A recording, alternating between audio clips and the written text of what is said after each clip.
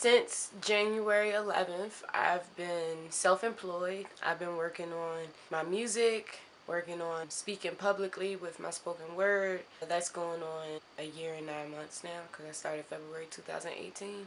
At the time that I made the video, I'd only had my first book. Now I'm at the point where I published my second as well as my third book. This one is for children and adults. I don't really know what the purpose of me recording right now is, but I am having one of my low moments, and I've been trying to just be transparent about the lows. I feel as though like right now I want to cry. The way that I created my first book was literally realizing like all I've been doing is crying.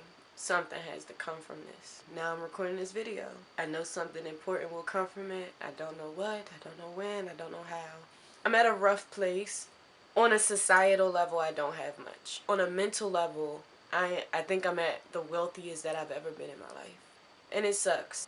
It kind of just confirms what I've always thought of. It's either you worry about yourself and your mental health, or you like throw yourself into this world, you know, and like work hard, work hard, work hard. It's just unfortunate that it's very difficult to do both. It shouldn't be. It doesn't have to be. The system is set up in a way that doesn't make it easy to follow your dreams, pursue all of your interests and passions without you basically having to be a starving artist.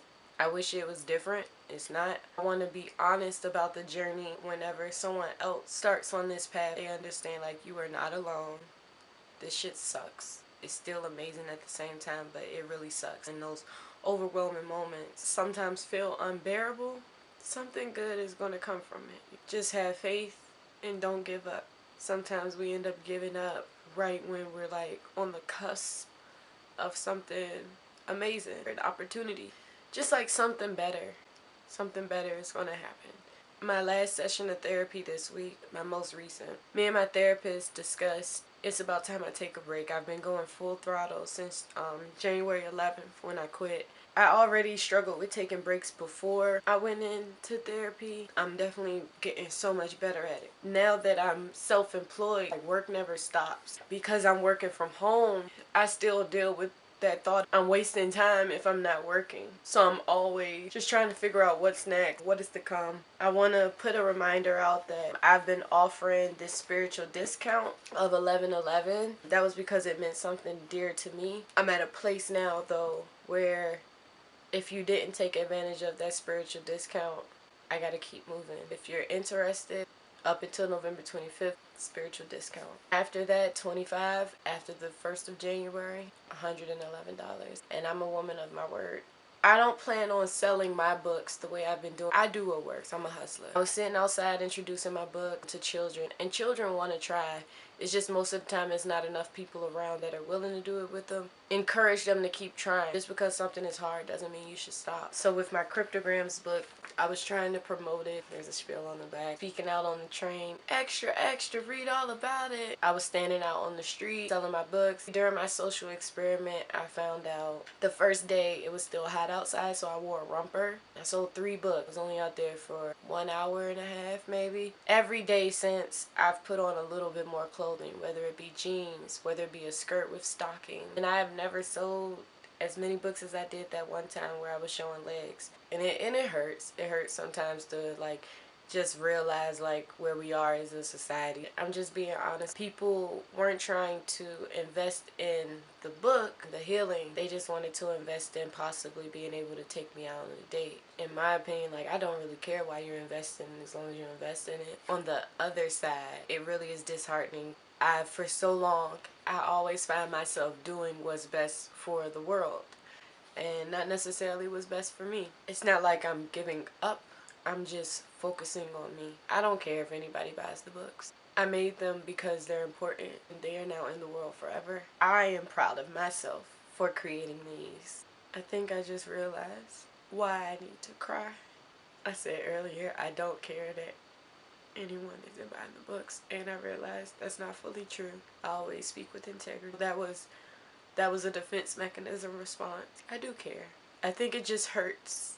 I'm 26 now, about to be 27.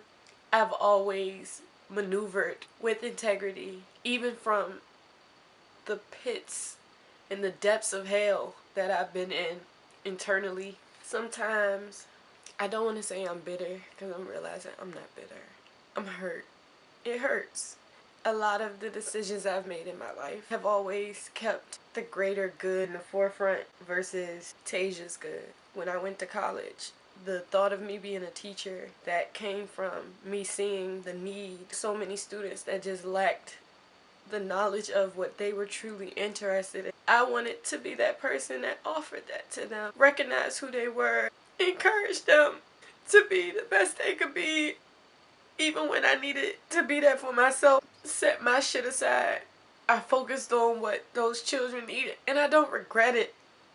Again, it just hurts. 5 years dealing with stress, depression, financial shit that comes from all different angles. Being broke, working so many jobs. I don't even know how I made it. And then 5 years after that, I graduate, only to realize that was just the beginning of me not putting myself first. I then threw myself into the teaching profession, multiplied all of what I did while I was in school. I multiplied that by 100, because now that's my daily. I overexerted myself, burnt out more times than I can count. The blessing in all of that was I needed what I was giving to those students. I needed to give that to myself. My first year teaching was supposed to be my only year teaching, but they had asked me to stay. I went against my intuition, and I stayed. That summer I met my sunshine. And then that second year, I was in a dark place. The summer before my second year, that was when I started writing Sunshine. This was the first time I acknowledged my little girl, what she needed and what she wanted, and her feelings, her insecurities, everything. When I was teaching, because I was so hurt. And I was right back to that little girl that just felt like nothing ever goes right. And, life just sucks. Like, what's the purpose? What's the reason? Fast forward 2 years, I moved back home, and I never wanted to be a teacher. I say that all the time. I never wanted to be a teacher. I wanted to inspire. I moved back home, and I was supposed to quit teaching. I found out I can't get unemployment. I will not allow myself to get fired just to get unemployment. I will remove myself first. And unfortunately, because of that need I saw, all my experience is now in education. Only thing I'm going to get a job in is education. I threw myself back into this field because I needed to support myself. I was so unhealthy. I quit that year, and that's when I started therapy. I got a job at the courthouse where I realized it doesn't matter whether it's students or adults. I have to learn how to heal those things in me, recognize and acknowledge what I've been through. Though traumas are different, I think so many people right now suffer from trying to weigh their trauma against somebody else. I don't want to win the race of who was traumatized the worst. I want to heal so that I just don't let this traumatized state become my world. I don't want to live like that anymore. I don't want to be in fight or flight all the time. That shit is fucking exhausting. Like, I quit the courthouse. I applied for a teaching job because I was like, at this point, might as well be teaching if I'm going to be traumatized every day at work. The second book is called Fifth Period.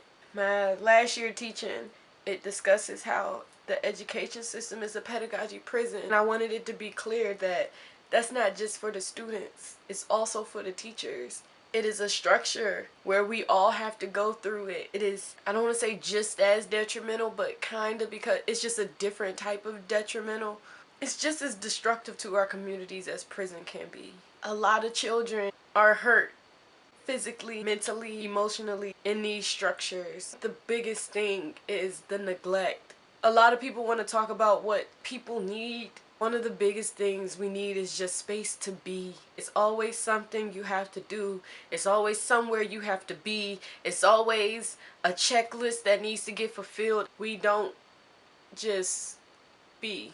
We're so caught up in what we think will make life better. Sometimes the only thing you need to do is just be and live.